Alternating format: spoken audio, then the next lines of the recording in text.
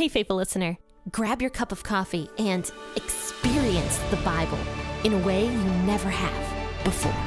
P40 Ministries is a podcast that goes through the Bible cover to cover. It's an awesome narrative that focuses your mind and prepares your heart for God to speak. So join your host, Jen, for a biblical podcast that's hilarious, informative, imaginative, and fun. The P40 Ministries podcast. Listen now as we go through the book of Leviticus. Hello, hello, hello, and happy Wednesday, friends and faithful listeners. This is Jen with the P40 Ministries podcast. Thanks for tuning in to talk about Leviticus with me this morning. I'm really excited, and I've got my cup of coffee here with me. And I hope you guys are ready to study the Bible with me and that you guys have your cups of coffee as well, or your cups of tea, whatever you prefer. But I don't know how anybody could prefer tea over coffee. I'm just going to say it for the millionth time. Coffee is so much better than tea. But I've been switching over to tea a handful of times just because I know I can't just keep drinking coffee all day. And I'm kind of addicted to having just a warm beverage beside me. Coffee has made me addicted to just drinking warm things all the time. So I do switch over to tea later on in the day. But if I could drink coffee all day and sleep normally at night, I probably would. Okay, let's go ahead and talk about Leviticus 6, verses 24 through 30. I'll be reading out of the WEB version. Please feel free to read out of the version you prefer to read out of, or just listen along if you are commuting to work, obviously. But let's go ahead and talk about this and discuss what God has to say about the sin offering today. Yahweh spoke to Moses, saying, "Speak to Aaron and to his sons, saying, This is the law of the sin offering. In the place where the burnt offering is killed, the sin offering shall be killed before Yahweh. It is most holy. The priest who offers it for sin shall eat it. It shall be eaten in a holy place, in the court of the tent of meeting. Whatever shall touch its flesh shall be holy. When there is any of its blood sprinkled on a garment, you shall wash that which it is sprinkled on in a holy place. But the earthen vessel in which it is boiled shall be broken, and if it is boiled in a bronze vessel, it shall be scoured and rinsed in water. Every male among the priests shall eat of it. It is most holy. No sin offering of which any of the blood is brought into the tent of meeting to make atonement in the holy place shall be eaten. It shall be burned with fire." So the first thing that stands out to me is verse 24, actually, the first verse that we read, which says, Yahweh spoke to Moses saying. I think where people went wrong in the law back in the old days when people still had to follow the Old Testament law was that they forgot that this was God speaking to Moses. Like this law was completely from God's own mouth. And they were forgetting that because of that, the law was holy. The law was good for people, and that they needed to take the law seriously because this was God teaching people how to live so that they don't die unforgiven and that they can actually die and live forever, basically, if that makes sense. So, God spoke to Moses saying is such an important thing, and we do see that throughout the Levitical law so far. Pretty much that's the same verse whenever there's a new start to a new paragraph. It's Yahweh spoke to Moses. And it's important to remember that because all of these, every single start to the new paragraph was God speaking. So that's the first thing that stood out to me. The second thing is this water we keep reading about, this water that was meant to purify things. We see it twice here. So the first thing was when the blood of the sin offering got on any kind of garment. So in other words, whatever the priest was wearing. If the priest accidentally had the blood, splatter on him or something like that, the priest was supposed to wash his garment in a holy place. And he was supposed to wash it with water. Then the second thing that we see is that when the meat of the sin offering was eaten by the priest, because there were certain circumstances where the priest could eat part of the sin offering, that was when any ordinary or common person brought a sin offering. Now, if a priest himself offered the sin offering, we read about that in Leviticus 4, that one could not be eaten by anybody. That one was completely given to God, 100%, and nobody could eat it. And I believe if the congregation of Israel totally sinned, that their offering also could not be eaten. So the only ones that could be eaten by the priests were the ones that common people brought. And even then, it was supposed to be done in a very specific way. It was considered very holy. And if the blood got onto what the priest was wearing, then the priest's garment had to be washed with water in a holy place. And then the second thing is if where the meat was boiled in, it says that one had to either be broken completely or it had to be washed with water if it was a bronze container. So it says here that in verse 28, if the priest cooks the meat in an earthen vessel, in other words, I would guess something like a clay vessel, which is probably very common back in those days and not hard to make. If the meat was cooked in one of those things, the earthen vessel or the clay vessel had to be completely broken, had to be shattered. It couldn't be used anymore. And if it was cooked in a bronze bowl, then the bronze bowl didn't have to be destroyed or broken, but it had to be washed completely with water. I would guess 2 reasons for that is hygiene, probably, is one of the big ones for that is, bronze is a metal. It's not going to be bad if you keep cooking it and stuff, but maybe a clay. I don't know much about clay, if I'm being honest, so correct me if I'm wrong about this one, but I would guess clay is less hygienic to cook in, and a metal like bronze or a stainless steel or whatever we use nowadays is much more hygienic to cook in. So God says here that in order to make everything holy, though, they have to be washed with water. And do you know what that reminds me of? Is baptism. This animal's blood was literally taking away the sin of the human being. Isn't that interesting? It was taking it away because when that animal was sacrificed and the person laid his sins on that animal, literally, by putting his hands on that animal, God recognized that as payment for that person's sins and then forgave that person. That, obviously, is what Jesus did for us nowadays. But when we get washed with that water, that reminds me of 2 things. It reminds me of baptism, because when we are baptized, we go underneath that water, signifying, death. And then we come back up, signifying life. And we are washed with that water. We are recognizing that Jesus's blood completely forgave us. And that baptism of being cleansed and washed with water just reminds me of what God was telling the Israelites to do here in Leviticus. Wash these things with water after they have been, touched by the blood, kind of. It sort of reminds me of that, the symbolism. Then the next thing that the water reminds me of is the verse in James where it says, wash your hands, sinners.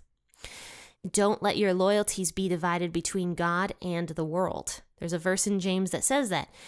And so he's talking to you and me. James is saying, hey, sinner, wash your hands of those sins. Don't let your loyalty be divided between God and what you want here on earth. I think it's important to recognize in James that he's not talking to people who aren't Christians there. He is talking to people who are in the church, who are Christians, who have their loyalties divided between God and obviously the world. And so James is saying that we need to wash our hands of those things that are keeping us from pursuing God completely.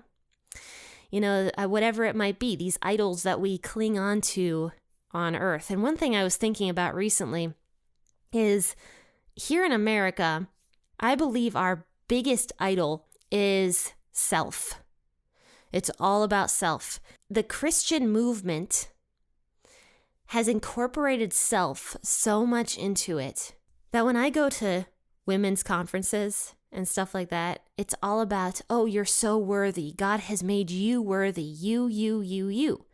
And I don't think that that is always a bad thing to hear, but it is the majority of what Christians here in America, especially women, since I'm involved with women's ministry and writing women's books and stuff like that, it is so much focused on the culture of what God can do for us and not about what we can do for not only God, but for other people. And of course, you guys could argue that we can't really do anything for God, but I'll save that argument for a different day. But it's all about what God can do for us. The prosperity gospel here in America is just so prevalent. It's everywhere, and most of the books I pick up and read have some sort of prosperity gospel, something or other shoved into them. If you do this, you're going to feel better. If you do that, you're going to be happier. If you love God and, you do this and that, you're going to get blessed with whatever. And, it's interesting how much that culture has taken over Christianity here in America. And like I said, I don't always believe it's a bad thing. And I don't believe that God does not bless us here on earth. I think he does. But it is very important for us to wash our hands of the world.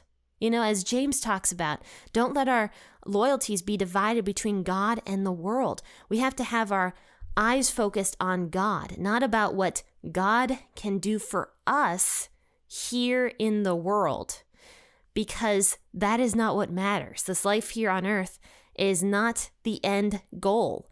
Our end goal, obviously, is God, and it's heaven. That is our end goal.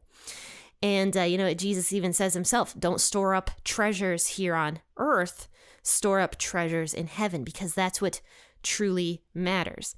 And so washing our hands of stuff that, is of the world, that takes our focus away from God. And don't get me wrong, I'm not saying that having stuff here on earth is wrong or it's bad. It's not. But it becomes bad when we start focusing too much on those things and not on God himself. So that is the two things that this Leviticus thing here of washing, making clean these items here in Leviticus kind of translate to now. For example, it says here, it needs to be the vessel that this sin offering is cooked in. It needs to be scoured and rinsed in water. That's just, that to me, that is just so much symbolism of what we are supposed to be. When we are forgiven by the blood, we need to be washed with water and continue to wash ourselves with water. I've talked about that a handful of times in the podcast as well, as we need to, and what I mean by getting washed with water is just asking God to forgive us of those little idols that we have, those little sins that we have, and everything like that. But moving on here, actually in, let's see here, verse 27, I really wanted to point this out. It says, whatever shall touch its flesh shall be holy. And I noticed that earlier, I think with the grain offering, it says that whatever eats the grain offering shall be holy. Now the problem was, I was adding in a little word there in my own mind. I was reading it as whatever touches this offering will be made holy. That's how I was reading it in my mind, but that is not what it says. That is incorrect. What it says here is whatever shall touch its flesh shall be holy, not shall be made holy. In other words, the person who is touching this sin offering needs to be holy. We've heard that the word holy means to be set apart, right? And God has already given the priests the rules as to how to be holy or how to be set apart. First and foremost, they have to be ceremonially clean. They have to, be wearing the holy garments, the ephod and the priestly garments, and they have to be following in God's law completely. And so these priests have to be ceremonially clean, in other words, holy, when they are presenting this sin sacrifice. And if they aren't, then they can't present the sin sacrifices from the people They have to present their own sacrifice to God, and in that way they will be made holy. Now that alone, we can see how people just could not follow this law, because how could a priest be constantly ceremonially clean? Maybe he would be at certain times, but he would have to always make sure he was being ceremonially clean. And that is where people started going wrong with the Pharisees and stuff. They started becoming so arrogant in the time of Jesus. These priests were so arrogant because they believed themselves to be constantly ceremonially clean, and they believed themselves to never have committed any sins whatsoever. They fooled themselves. But the point of the law was actually to show people how sinful they really were and how they needed a sacrifice. They needed a savior. And so that was the point, firstly, of the animal sacrifices and recognizing God's grace through the animal sacrifices, and then later on with Jesus. And so now we don't live under the Old Testament law anymore, but it's still necessary to learn, because if we didn't know what caused us to be sinful, if we didn't understand, that God is telling us that we have to live a certain way in order to be holy, we would never understand why Jesus had to come in the first place. And that's where the Pharisees in Jesus's day went wrong. They truly did not understand or believe themselves to ever be ceremonially unclean or ever to be contrary to God's law.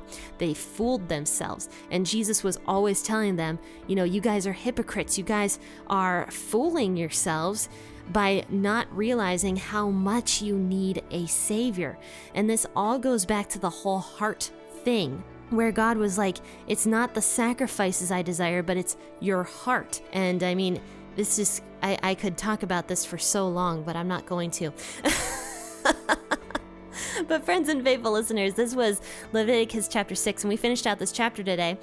So join me on Friday for an episode out of Leviticus 7, and I hope you guys have a really great couple days. Until then, join me tomorrow, obviously, for an episode out of Mark.